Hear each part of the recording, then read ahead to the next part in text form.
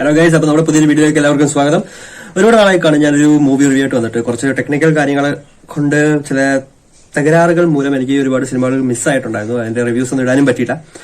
അപ്പോൾ ഇന്ന് എന്തായാലും നമ്മുടെ പുതിയ സിനിമയായിട്ടുള്ള ചത്ത പച്ച ഇറങ്ങിയിട്ടുണ്ടായിരുന്നു. ഞാൻ അതുപോയി കണ്ടു. അതിന്റെ റിവ്യൂ ആയിട്ടാണ് ഞാൻ വന്നിരിക്കുന്നത്. അപ്പോൾ എല്ലാവർക്കും സ്വാഗതം. അപ്പോൾ സിനിമയിലേക്ക് കിടക്കും മുമ്പ് നമുക്ക് അതിന്റെ ടെക്നിക്കൽ പരമായിട്ടുള്ള കാര്യങ്ങൾ സംസാരിക്കാം. അതായത് ഇതിന്റെ ആർട്ട് വർക്ക്, അതേപോലെ കോസ്റ്റ്യൂം, പിന്നെ മ്യൂസിക് ഡിപ്പാർട്ട്മെന്റ്, ഇവർക്കൊക്കെ ഒരു ബിഗ് സല്യൂട്ട് തന്നെയാണ്. കാരണം എന്ന് വെച്ച് കഴിഞ്ഞാൽ അറിയാലോ, റെസ്ലിംഗ് ആണ്. റെസ്ലിംഗിനകത്ത് വന്നിരിക്കുന്നത് കോസ്റ്റ്യൂം ഫൈറ്റിന്റെ ഒരു രീതിയാണ് കാഴ്ചവെക്കുന്നത്. അപ്പൊ അതിനകത്ത് വന്നിരിക്കുന്ന കോസ്റ്റ്യൂം ഡിപ്പാർട്ട്മെന്റ് നല്ല അടിപൊളിയായിട്ടാണ് ചെയ്തിരിക്കുന്നത് ഓരോന്ന്. അതേപോലെ തന്നെ ആർട്ട് ഡിപ്പാർട്ട്മെന്റ് ആയാലും എല്ലാം നല്ല രസമുണ്ടായിരുന്നു മൊത്തത്തിൽ കാണാൻ വേണ്ടിയിട്ട്. അപ്പോൾ സിനിമയിലേക്ക് കിടക്കും മുമ്പ് ഇതിന്റെ ഡയറക്ടർ അദ്വൈത് നായർ നല്ല അടിപൊളിയായിട്ടാണ് പടം എടുത്തു വെച്ചിരിക്കുന്നത്. ഓക്കെ, അപ്പം സിനിമ തുടങ്ങുന്നതെന്ന് വെച്ച് കഴിഞ്ഞാൽ നമ്മുടെ മെയിൻ ക്യാരക്ടേഴ്സ് ആയിട്ടുള്ള അർജുൻ അശോകൻ, ഇഷാൻ ഷൌക്കത്ത്, അതേപോലെ തന്നെ റോഷൻ മാത്യു. അപ്പോൾ ഇവരുടെ മൂന്നുപേരുടെയും കുട്ടിക്കാലം കാണിച്ചിട്ടുണ്ടാണ്. അത് തന്നെ കാണിക്കുന്നത് നമുക്കൊക്കെ റിലേറ്റ് ചെയ്യാൻ പറ്റുന്ന രീതിയിലുള്ള നമ്മുടെ ഒരു 90s പൾസ് അറിഞ്ഞുകൊണ്ട് പടം എടുത്ത പോലെയാണ് എനിക്ക് തോന്നിയിട്ടുള്ളത്. കാരണം എന്ന് വെച്ച് കഴിഞ്ഞാൽ ഇപ്പോൾ റെസ്ലിംഗും ആ ഒരു ഫൈറ്റ് സീൻസും ഒക്കെ നമ്മുടെ വീട്ടിൽ ഒരുപാട് വട്ടം നമ്മുടെ സിബ്ലിങ്സ് ഒക്കെ ആയിട്ട് നമ്മൾ അനുകരിച്ചിട്ടുണ്ടാവും. ഇത് കാണുന്ന ഒരുപാട് കുട്ടികളെ ഇത് സ്വാധീനിക്കാൻ ചാൻസ് കൂടുതലാണ്. അപ്പം കാണുമ്പോൾ അതിന്റെ അനുസരിച്ച് നോക്കിയിട്ട് കാണുക. കാരണം ഇതിലെ തുടക്കം തന്നെ കാണിക്കുന്നത് ആ റൂമിൽ വെച്ചിട്ടുള്ള റെസ്ലിംഗ് കുറച്ച് ഫൈറ്റ് സീൻസും കാര്യങ്ങളൊക്കെയാണ് കുട്ടികൾ തമ്മിലുള്ള. അപ്പോൾ അതിൽ നിന്ന് പടം തുടങ്ങി പിന്നീട് നമ്മുടെ ഇഷാൻ ഷൌക്കത്ത് എന്ന് പറയുന്ന അവന്റെ ക്യാരക്ടറിലൂടെയാണ് പടം പറഞ്ഞു പോകുന്നത്. റെസ്ലിംഗ് കണ്ടു വളർന്ന ഏത് 90s കിഡിനും ഒരു 90% പടം വർക്കാവും. കാരണം എനിക്ക് അങ്ങനെയായിരുന്നു, കാരണം ഞാൻ അങ്ങനെയായിരുന്നു. നമ്മളുടെ ഫേവറേറ്റ് സ്റ്റാർസ് ആയിട്ടുള്ള ഒരു പലരുടെയും ആ ഒരു മാനറിസം, ഫൈറ്റ് സീൻസ്, അതേപോലെ തന്നെ ഇവര് റെപ്ലിക്ക ചെയ്തു വെച്ചിട്ടുണ്ട്. അപ്പോ അങ്ങനത്തെ കാര്യങ്ങളൊക്കെ നമുക്ക് തിയേറ്ററിൽ അങ്ങനെ കണ്ടപ്പോ നല്ലൊരു ഭയങ്കര മൊമെന്റ് തന്നെയായിരുന്നു.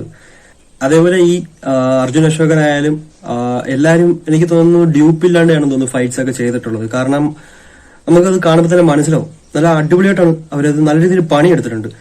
നല്ല ഫൈറ്റ് കൊറിയോഗ്രഫി ആയാലും ഒക്കെ നല്ല സൂപ്പറായിട്ടാണ് ചെയ്തു വെച്ചിട്ടുള്ളത്. ഇവരുടെ ഇടയിലേക്ക് തന്നെ ഒരുപാട് വേറെയും കുറച്ച് ക്യാരക്ടേഴ്സ് ഒക്കെ കയറി വരുന്നുണ്ട്. അവരും ഈ പറയുന്ന റെസ്ലിംഗ് ആ ഒരു കൂട്ടത്തിലേക്ക് വരുന്ന കുറച്ച് ആൾക്കാരൊക്കെ ഉണ്ട്. അവരെല്ലാം നല്ല അടിപൊളിയായിട്ട് തന്നെയാണ് ചെയ്തിട്ടുള്ളത്. ഒരുപാട് കോമഡി എലമെന്റ്സ് ഉണ്ടായിരുന്നു.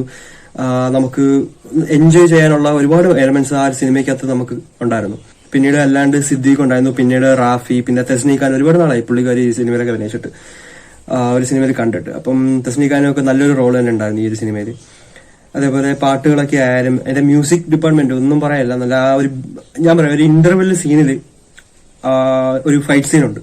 അത് കഴിഞ്ഞിട്ടാണ് ഈ റോഷന്റെ ഇൻട്രോ വരുന്നത്. മോനെ ഒരു BGM ഒക്കെ ആയിട്ട് വന്ന് നിൽക്കും. കിടിലം സാധനം.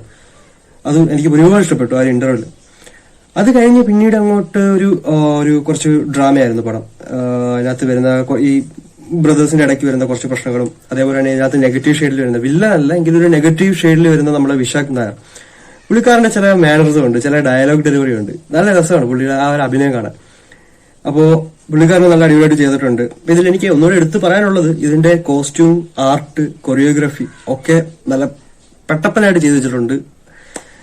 പക്ഷെ എനിക്കിതിനകത്ത് മോശമായിട്ട് തോന്നിയത് ആ ഒരു ക്യാമിയോ റോൾ മാത്രമായിരുന്നു. നല്ല അടിപൊളി ഒരു ഫസ്റ്റ് ഹാഫും സെക്കൻഡ് ഹാഫ് കുറച്ച് ഓക്കെ ആയിരുന്നെങ്കിൽ കൂടിയും അവസാനമൊക്കെ വരുന്ന സമയത്ത് നല്ല രസമായിരുന്നു. ഒരു ഫൈറ്റ് സീനൊക്കെ വരുന്നുണ്ട്. അപ്പൊ നല്ല രസമായിരുന്നു ആ ഒരു പരിധി വരെ. കാരണം അതിനുശേഷം നമ്മുടെ ഈ ക്യാമിയോ റോൾ വരുന്നുണ്ട് മമ്മൂക്കയുടെ.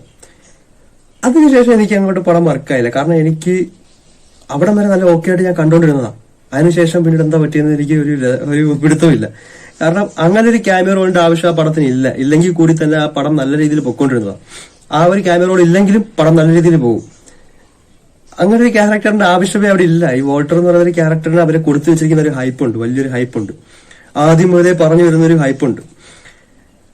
അതിനോടൊട്ടും നീതി പുലർത്താത്തൊരു ക്യാരക്ടറായിരുന്നു മമ്മൂക്കയുടേത്. മമ്മൂക്കയുടെ ഇൻട്രോ ഒക്കെ ഓക്കെ ആയിരുന്നു. അതിന് പിന്നാലെ വരുന്ന ചെറിയൊരു ഫൈറ്റ് സീൻ ആയാലും ഒക്കെ നമുക്ക് ഓക്കെ ആയിരുന്നു.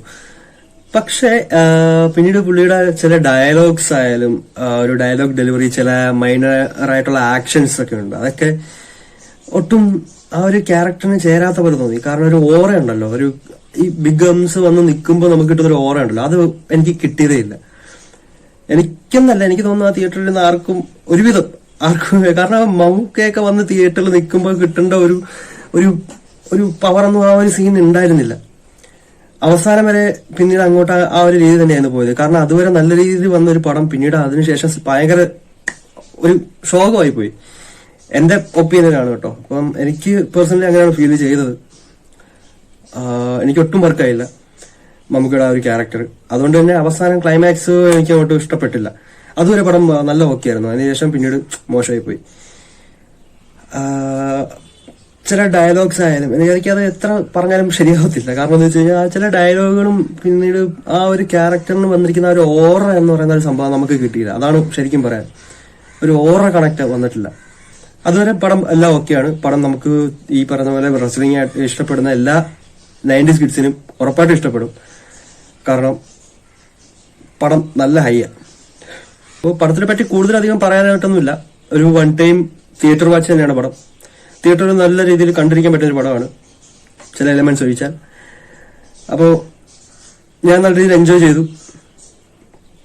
നിങ്ങളും കണ്ടു നോക്കുക. കണ്ടു ഇഷ്ടപ്പെടുകയാണെങ്കിൽ ഒന്ന് കമന്റ് ചെയ്യുക, അല്ലെങ്കിൽ നിങ്ങളുടെ അഭിപ്രായം എന്താണെന്നുള്ളത് കമന്റ് ചെയ്യുക.